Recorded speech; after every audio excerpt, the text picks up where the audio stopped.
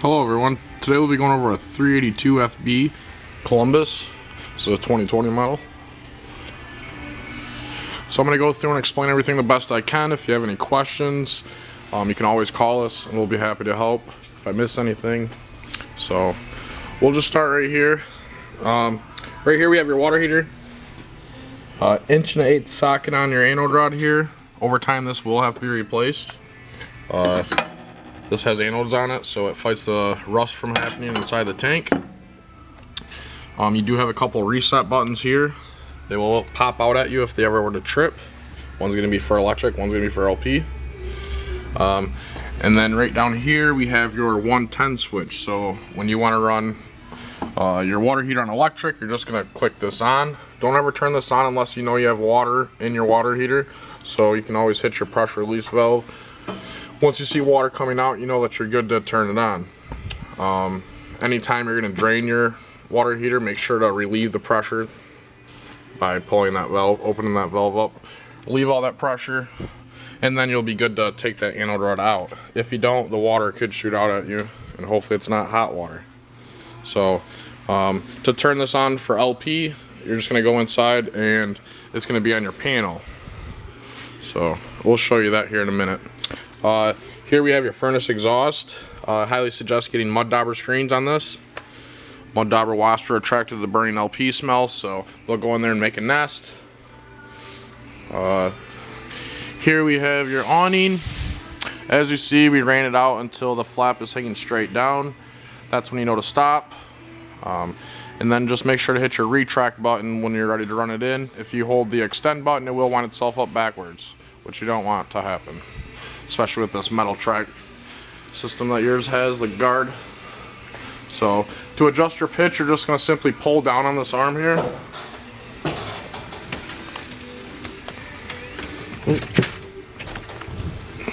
There we go.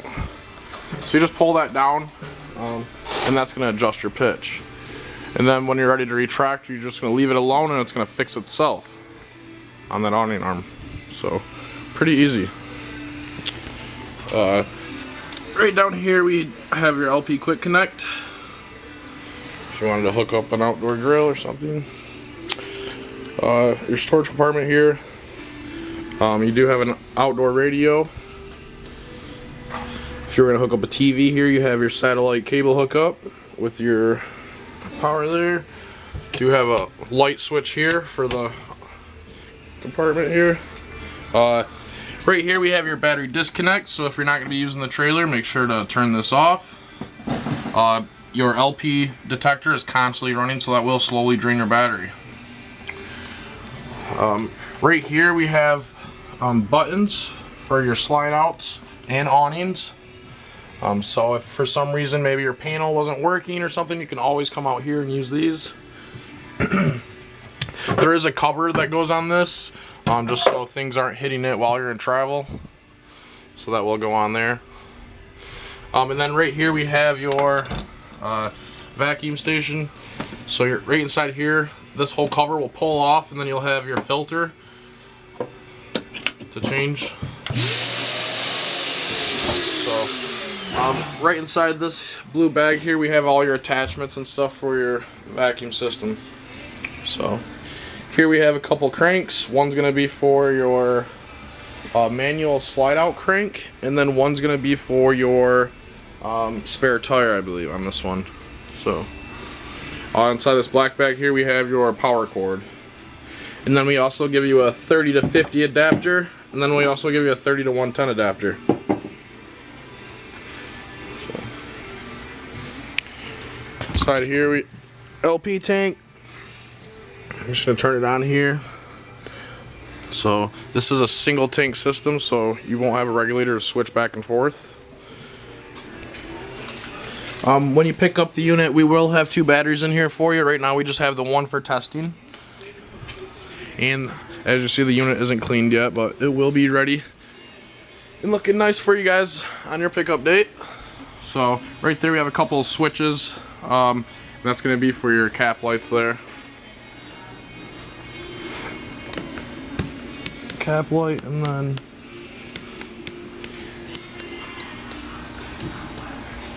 What is that one?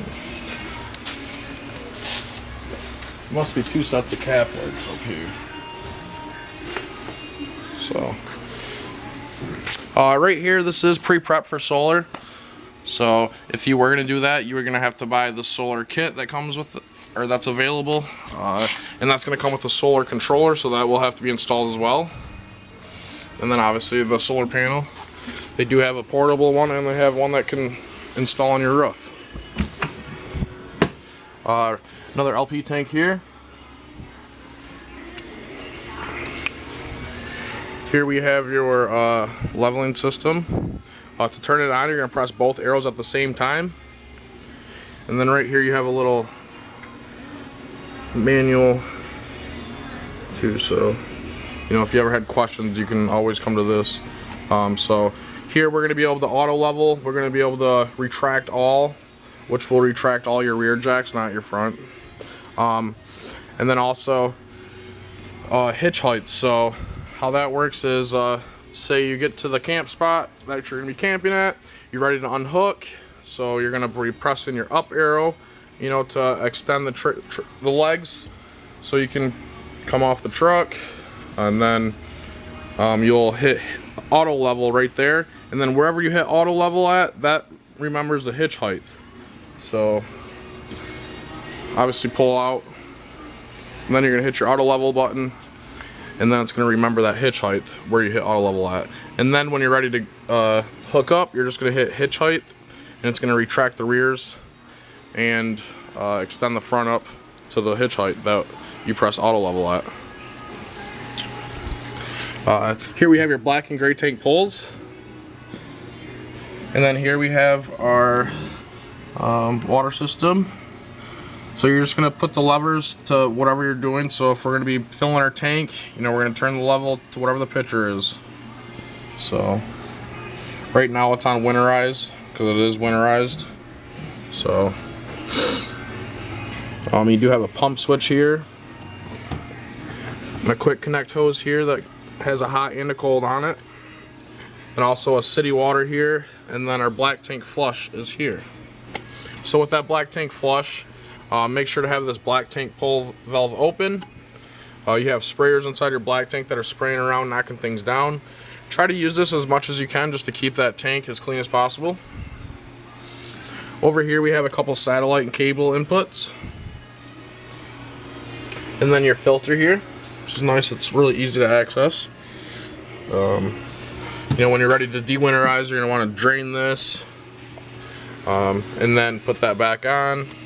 Hit your low points, open those up, let all the antifreeze run out, then hook to city water, and then flush all that out.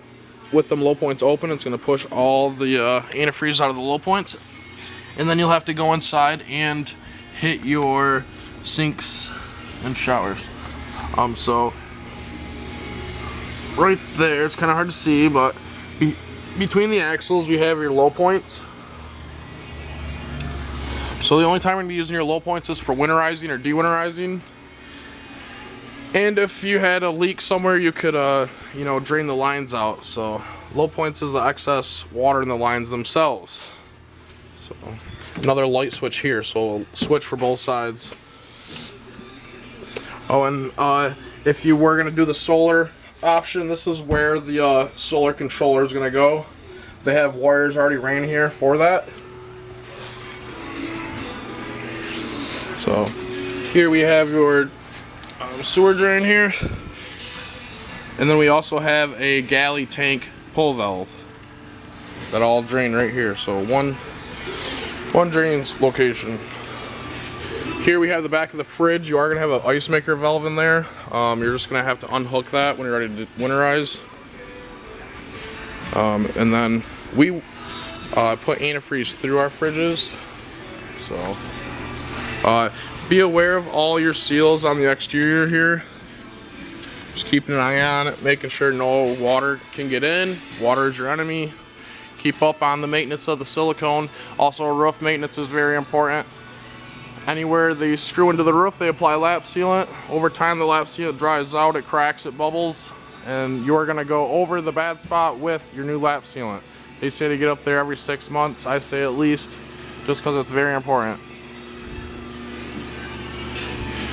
And right here, we have our fresh water drain. So this is behind the axle, the wheels. It is labeled. So that's where you're gonna drain that fresh tank at. And then here, this is where we're gonna plug our shore power in. This unit is pre-wired for a backup camera, so if you were gonna do that, it's really easy install. Just 4 screws, take them out, plug the camera in, put the 4 screws back in, and it comes with a monitor system too, and that will link wirelessly to the vehicle, or to the camera from the vehicle. Bumper here, I think it's a 300-pound max on this. So, you know, bike carriers, racks in the back, it's fine. Roof for accessing the roof. You're totally fine to walk up there and inspect. And then here, this is where our tire crank's at for our spare tire. Then another awning, which is going to operate the same as this one here. So, I believe that is it for the outside. If you have any questions, if I missed anything, you can always give us a call, or YouTube has lots of information. So, very nice.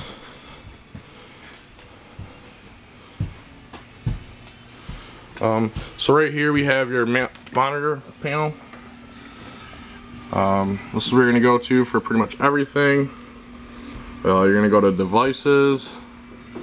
And then here we can pick from a whole bunch of different things. Our awning, HVAC, leveling, lighting, slides.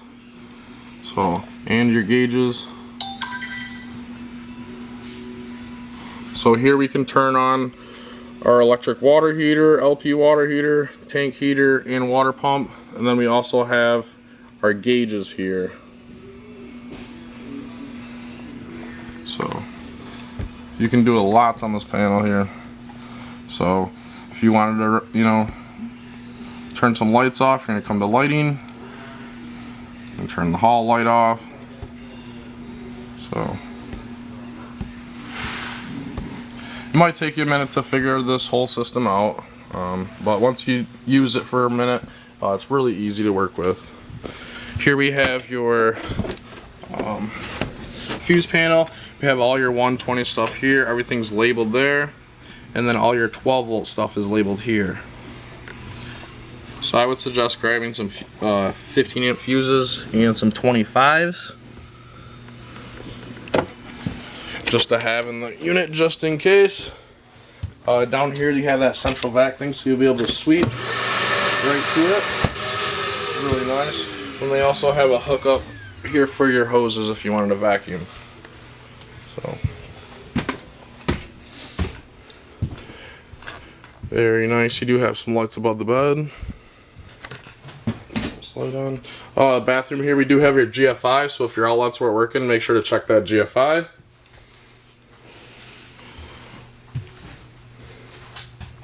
Very nice bathroom with a huge walk-in closet. It's very sweet. You don't see that very often in trailers. And then here you have hookups for a washer and dryer or more storage. Really cool layout. You do have a LED light behind the mirror here, and you do have a dimmer switch on it, so that's pretty sweet. And then more lighting. So very nice. They do have a backer right here if you were going to install a TV. And then you have your satellite hook up here and your cable hook up there. So more light switches.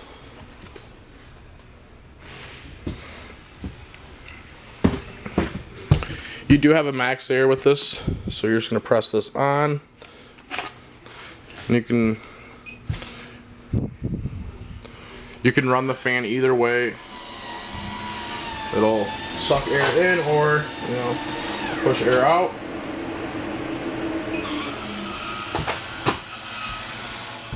So yeah, fireplace here, really easy to deal with. Just a couple buttons here, power button. These things put out heat. I was really impressed on how much heat these things put out. I mean, you can really almost heat this whole area here with just this fireplace.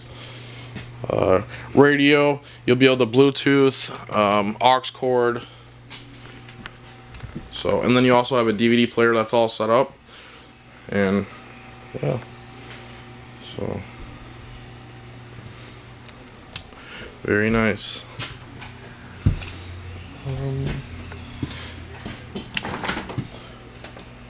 Really nice fridge.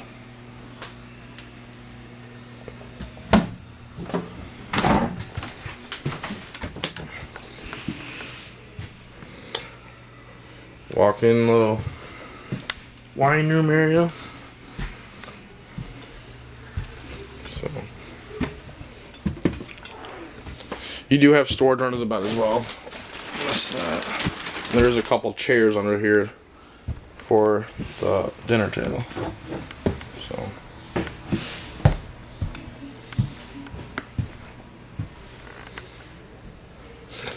So yeah, very nice setup here.